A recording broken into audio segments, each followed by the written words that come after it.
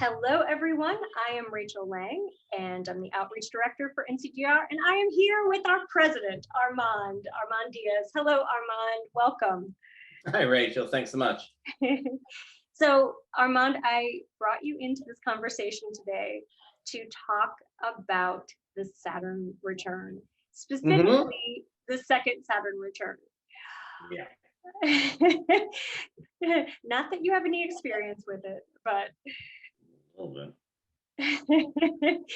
but we had a conversation with Lars earlier, and he's in his first Saturn returns. We touched on some of those themes of what Saturn's role is in our chart, of what typically happens during our first Saturn return.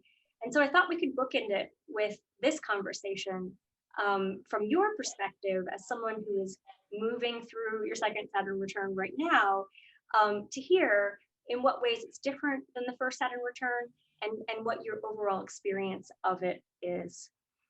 So, so I guess the first question I would ask is, just for those who might be new to this concept, what, in your words, what is a Saturn return? Well, in the same way that the moon goes around the zodiac once a month and the sun goes around once a year, Saturn goes around about every 29 and a half years. So someplace between, we'll say 30 years. Every 30 years, or actually less. I should highlight less. I'm very invested in saying less. Slightly less, in about 58 years and some change. Saturn gets back to the same spot that you were born for the second time. So you have the first Saturn return sometime around 29, and the second one sometime around 58 or 58 and something. So it's the return of the planet to the place where it was when you were born. Mm-hmm. Now every planet does this. Every planet does this at some point, and some of them, like Neptune and Pluto, won't do it in our lifetimes. But what is unique about the Saturn return that differentiates it from the other planetary returns? Well, yeah, Mercury and Venus have planetary returns every year, along with the sun, the solar return. You have the lunar return every month, which is really fascinating to look at. If you look at your lunar return chart, I think it's an interesting, and some would say insightful, way to look at things.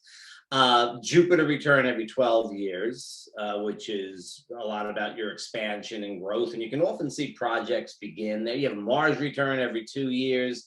And that's a sort of, it's like going around go and getting your little packet of energy for the next couple of years.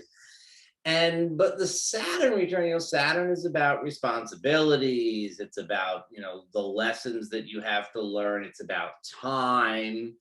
And so the Saturn return has a heavier kind of energy to it. Jupiter returns are like, what can we learn? Saturn returns are like, what have I learned?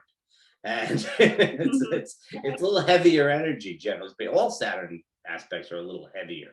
Mm-hmm. Yeah, it's like Saturn wants you to get focused, wants you to get disciplined, and so that it tends to kind of be a more serious transit. I just say, ironically, as with all things Saturnian, yes, it wants you to get more focused, wants you to be more disciplined, and also makes it harder. Saturn's always like, once you get the idea of what you're supposed to do, it's not like, things open up right away. It's like, so now you keep working at it. Mm-hmm. Yeah, I've noticed that with Saturn transits. Saturn transits are times of commitment of some kind or another. And, there are some commitments that we go into, like marriage, or like buying a home or a new career, that the commitment itself is something that seems really exciting or seems like a new beginning in life. And at the same time, there are responsibilities associated with any kind of commitment that you have. So does that, in your experience with your first Saturn return, what was your experience with your first Saturn return? And what kind of major milestones or major commitments were you making in your life at that time?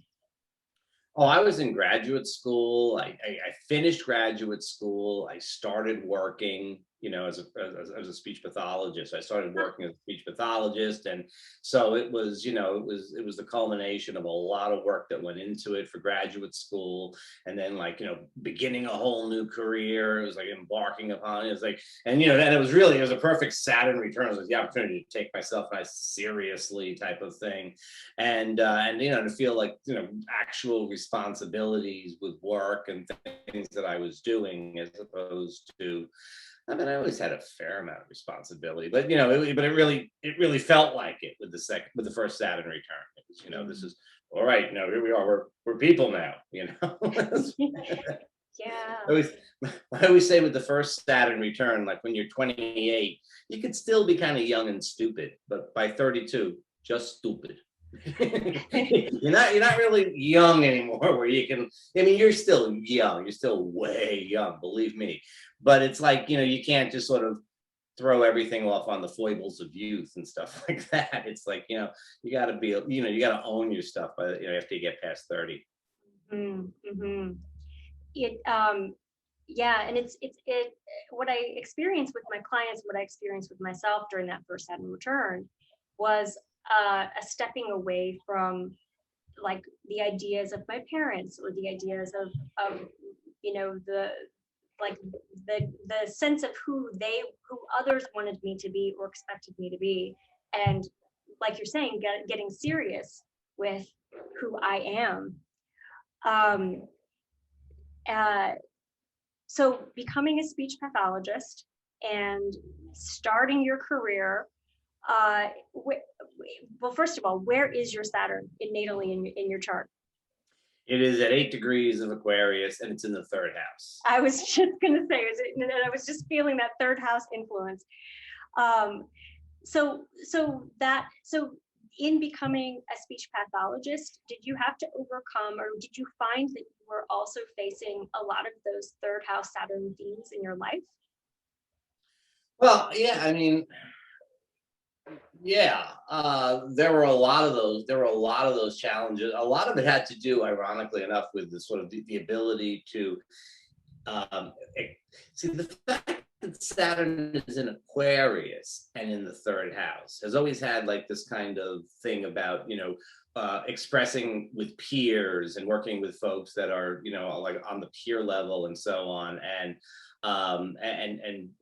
I was taking that like very, very seriously. And so there were real challenges there about like, okay, I've done my first Saturn return and I've got my career and stuff like that. But on the other hand, it's like, but really, who the hell am I, to be talking to all of these people and making these recommendations and so on. I was working in a hospital, and I was like, there's doctors and nurses and all these administrators I had to talk to and stuff like that. And, and it was really, really tough. It was definitely that sort of 3rd house kind of sense of like, oh, the expression was very precise in what I said. I thought like very carefully about everything. It was took it seriously, very seriously. Sure. That makes sense. That's Saturn in the 3rd. So with your 2nd Saturn return, are you finding that you are repeating any of those themes, or are you seeing new awareness in your life around some of those Saturn in the 3rd house matters?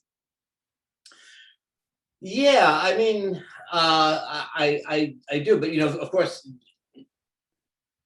it's not the first Saturn return; it's the second one.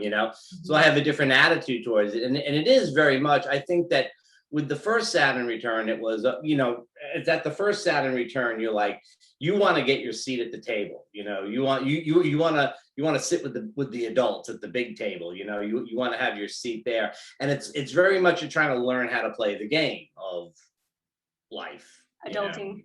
Yeah.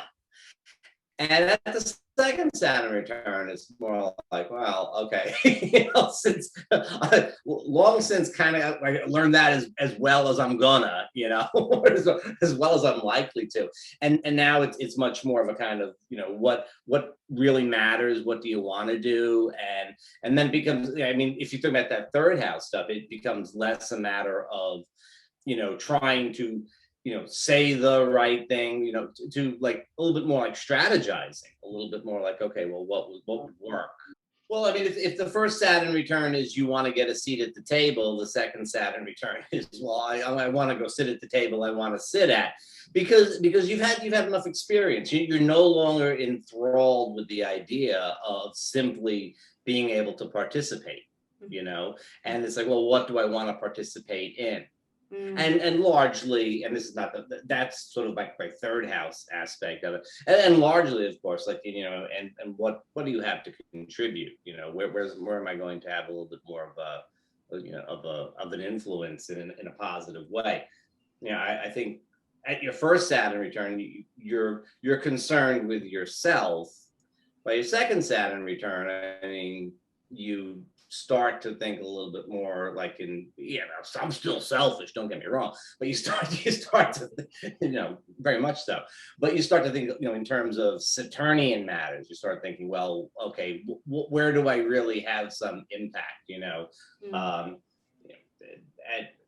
at your first Saturn return, if somebody offers you a really good job, a really well-paying job doing something that you don't really want to do, you might take it or if it has a great title attached to it or something like that, you'd be happy to take on those sorts of responsibilities. The second Saturn return, it's like, nah. Yeah, I like that analogy of the first Saturn return being you just want to sit at a table, and the second one being, which table do I want to sit at? And I do find this so often with my clients who are going into their second Saturn return, and is that they really are directing their course. So they're very often becoming the teacher, becoming the mentor, becoming the guide. And I've noticed that there's a shift in terms of even the way that they're thinking, like the mindset shift and things like that. Have you noticed any of that during this period of your second Saturn return? Like any physiological or mental shifts? Well, no physiological shifts, thank God.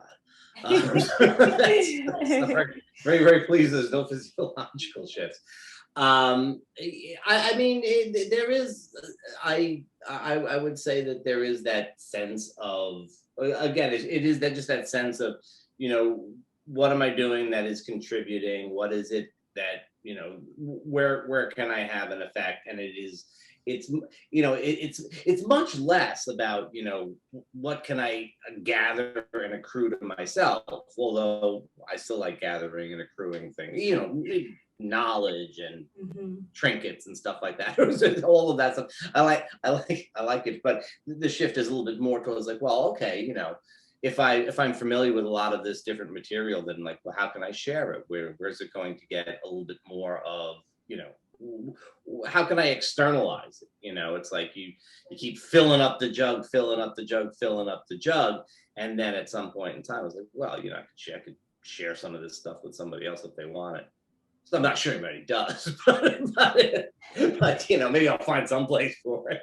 Yeah, no, and it makes sense that would be your experience too with Saturn in the third, which is, the student becomes the teacher, like mastering, learning, so that then you can teach and share the wisdom and the knowledge that you have. And you mentioned that your Mercury's in Leo. And so do you have a Saturn Mercury opposition in your chart? Yeah. Okay. Oh yeah. Saturn is opposite my Mercury and my Sun. So during significant Saturn transits, so those 7-year periods where Saturn's in a hard aspect with your natal Saturn, do you notice that themes inherent within that opposition kind of come to the forefront for you, or are these things that you're working through? Yeah, well, you just get better at it, and so I shouldn't say this. This is not the sort of thing you should say out loud, because Saturn might hear you and say, "Oh, really? I haven't been challenging you enough, eh?" There's always something there. There's always something that will push in. But it's true on the every 7-year Saturn thing, but it's also true, I mean, it's true in Saturn stations. It's true when the sun aspects Saturn every year 4 times, right? We make 4 hard aspects to Saturn every year. But we had one, I think, on Monday, right? Sun was square to Saturn.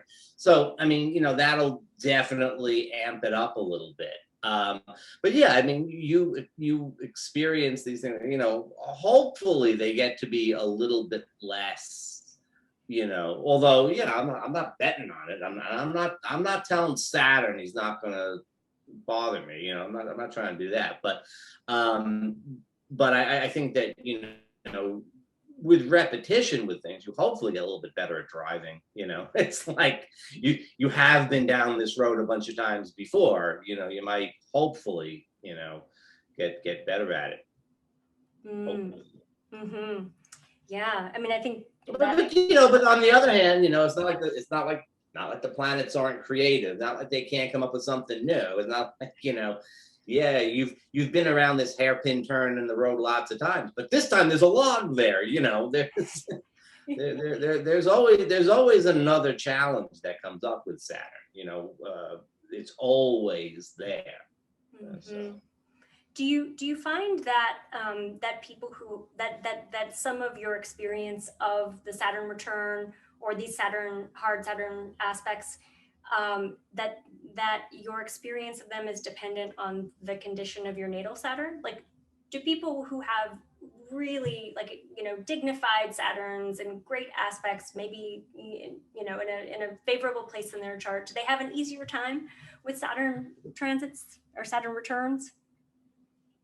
Well, if you're asking about people in general, the answer is for sure. Like Capricorn rising, right? Ruled by Saturn. Saturn tends to be, the bringer of gifts almost. The gift that you earned and paid for, but the bringer of gifts, like during transits.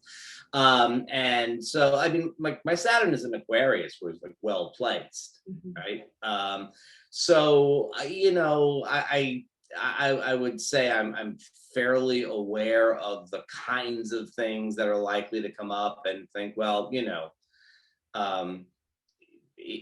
if I handle this appropriately, it may work out a little better than if my Saturn was someplace where he's decidedly unhappy. And I would not say, by the way, that like Saturn in Aries or Saturn in Cancer is a bad thing, and you're gonna have all these. I don't subscribe to that at all. But when you're in one of those signs where the expression is not so easy, you're often just not so familiar with that Saturnian energy. I think that's what makes it a little bit more liable to cause problems. And your Saturn in Aquarius, Saturn in Capricorn, Saturn in Libra, you've got a lot of it. You're already very familiar with the expression of Saturn, so it doesn't necessarily blindside you that much. You have a little bit more flexibility, really. You have a little bit, you have a little bit better luck, hopefully. Yeah, that makes sense.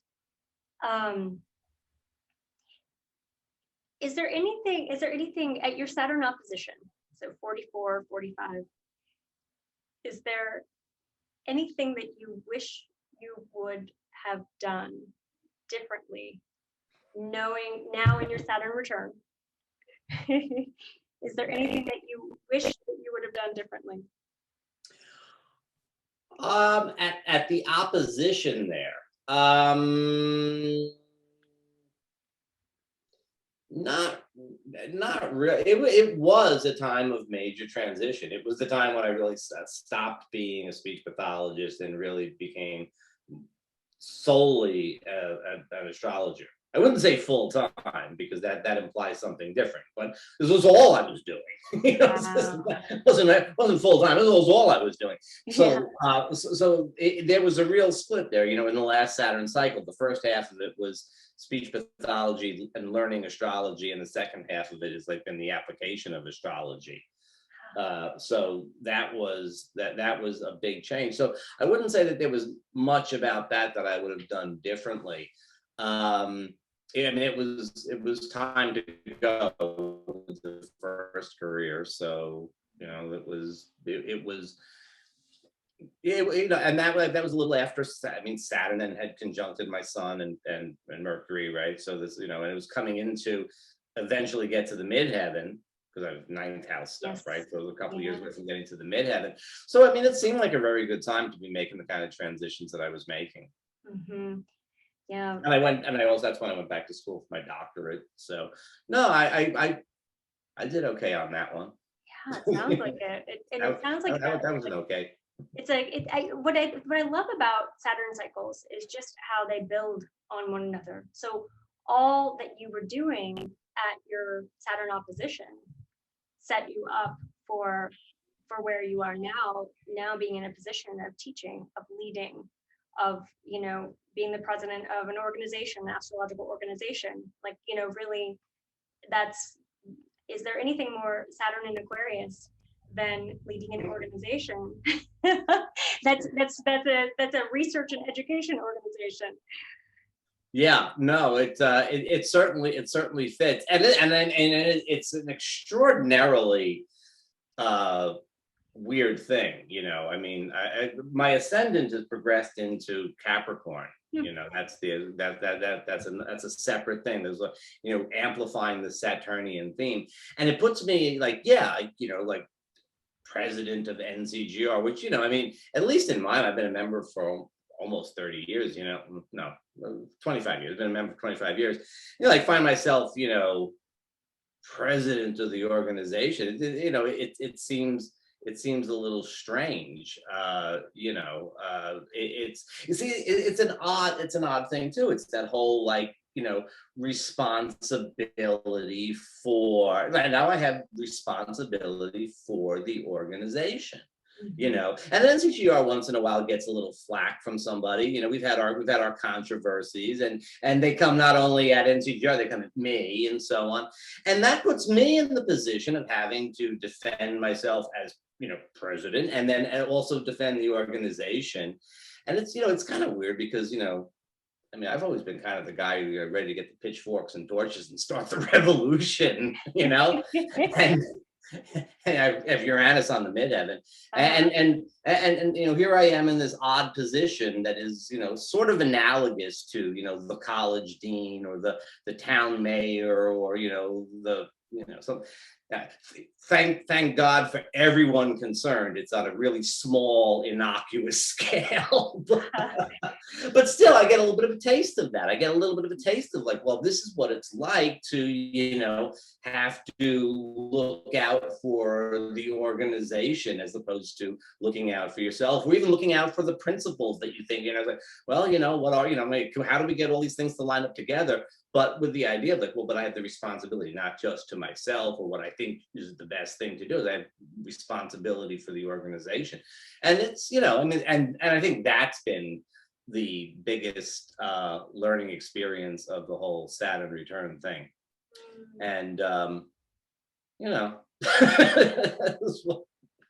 we'll see. Yeah, it's I mean, it sounds like it's interesting because as we're talking about your second Saturn return, all of the themes that are present in your chart with that, I mean, Aquarius, Leo, axis line, Saturn in the third, your sun in the ninth, and Mercury in the ninth,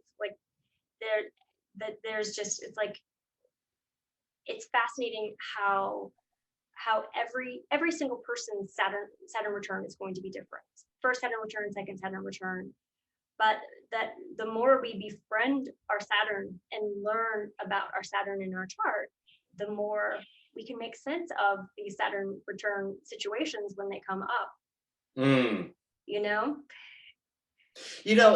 I always, my favorite Saturn return, it's a first Saturn return story though, but my favorite Saturn return story is the painter Wassily Kandinsky. Yeah, one of my favorites. At his first Saturn return, he quit his job as an accountant and became a painter. And that really, I mean, that's a very good Saturn return thing, because he was on the wrong path.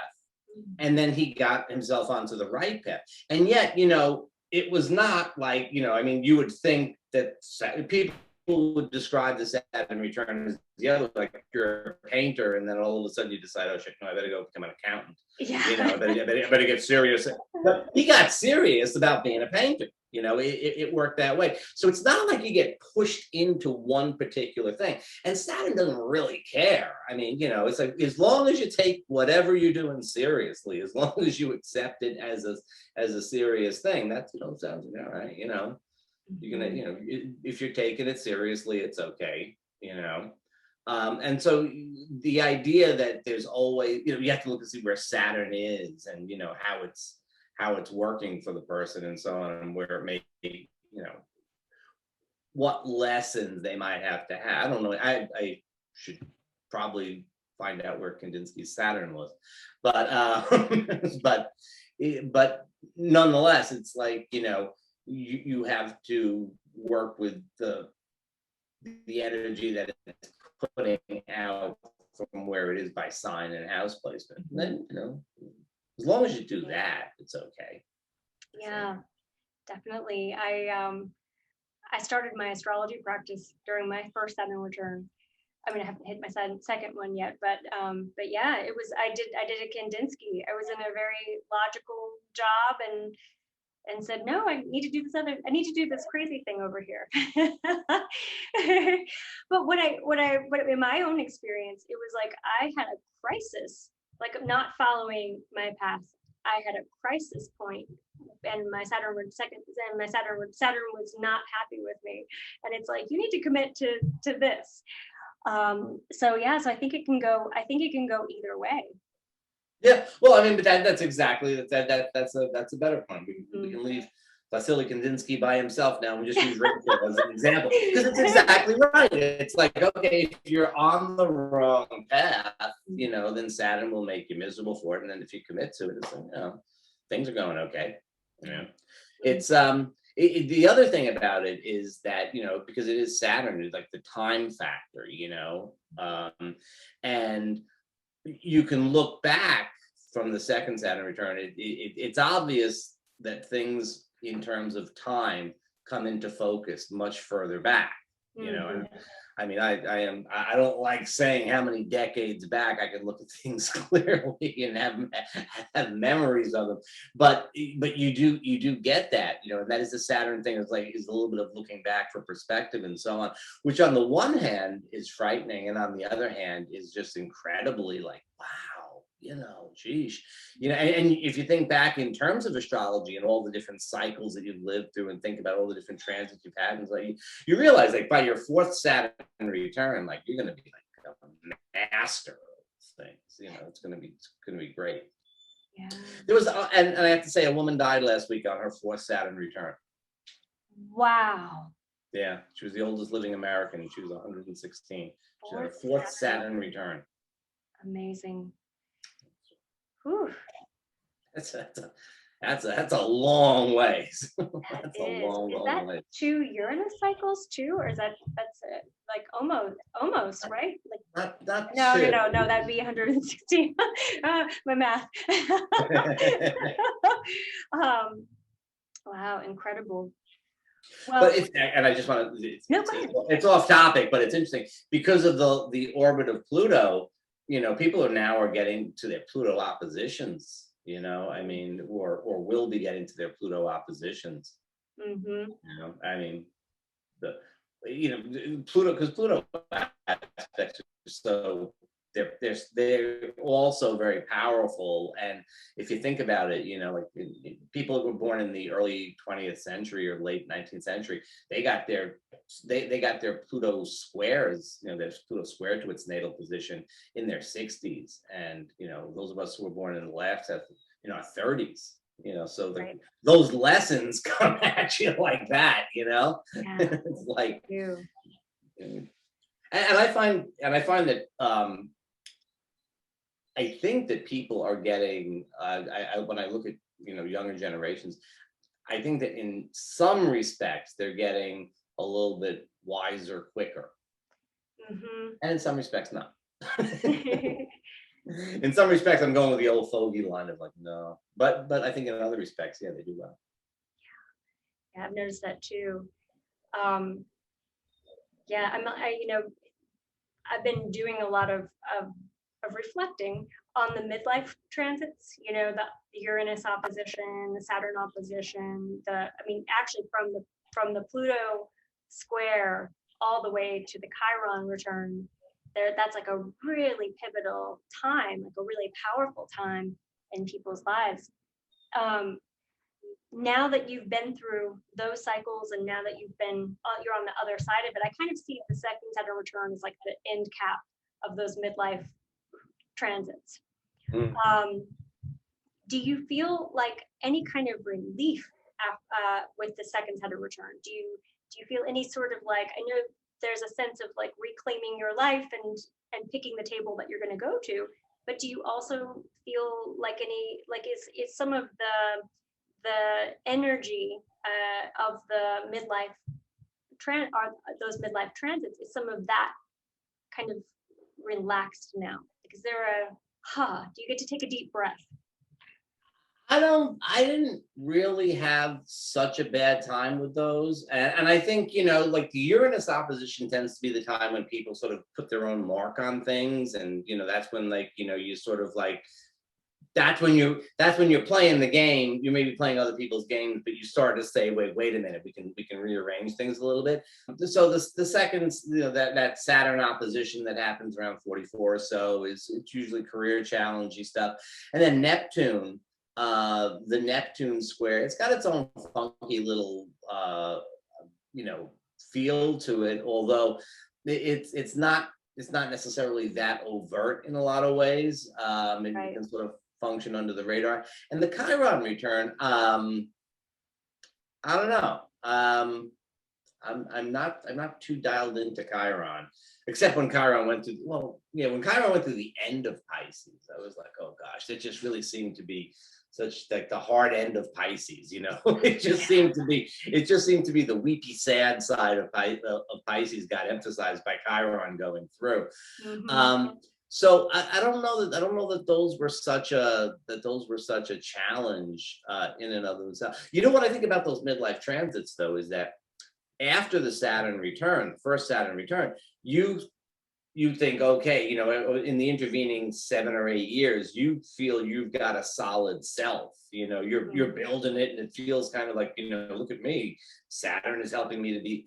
And then you get to those transits, and it's like you're going back through the process of change. And really, when you're a little kid, you're in a constant process of change all the time. And then, even through your 20s, and you get to the Saturn return, that's a bit of a cap on the change. And then, like, 10 years later, you're like, oh no, I gotta change again. And in the intervening time, you've been developing, you've been adding things on and stuff like that. You've been moving through your life, but but as yourself, and then you have to change again at the midlife things. And so at the second Saturn return, I think the question, did I do a good job? Did I make smart choices there? Did I, do as best as I could at any rate? Yeah, I really like that perspective of like basically reviewing all of that long period of change. It's a look back time. It really, that's a Saturnian thing. I mean, it is a look forward thing, but there's, but Saturn is always like this, he's the taskmaster. So he's always asking you to look back and see how you've handled the prior tasks. And, and then there's some you did really well and you can be proud. And there's some you sort of failed at, and, that's not so good, but, you're supposed to take out the lessons from it and stuff, so. So not make the mistake on your fourth Saturn. So. Exactly. So, one last question. For those who are going through their first Saturn return, what advice do you have for them? Join NCGR. Yes, that's good. Other than that, huh? It's the same as every other Saturn transit, which is, pick something, and follow it through. And if it comes down to flipping a coin, flip a coin to choose something, because not choosing something is also a choice, and it's usually the worst one. And the corollary little piece of advice is Saturn will make you think that you're making the choice for the rest of your life, that, like you are writing things in stone, and you're not. You can change at any point if you really want to, but go into it with the idea that you're not gonna, and that you're gonna sort of commit to something and ride it out. And then, if you find something else, 7, 14, 22 years down the line, and make a choice and make another change. It's okay. It feels like you're committing. It feels like you're overcommitting, I think, but you're not. I love that. That is a good note to close on. So thank you so much for being in this conversation with me. As someone who is going through my Saturn opposition right now, like actually it's like it's going to be exact in a couple of weeks. I really appreciate this.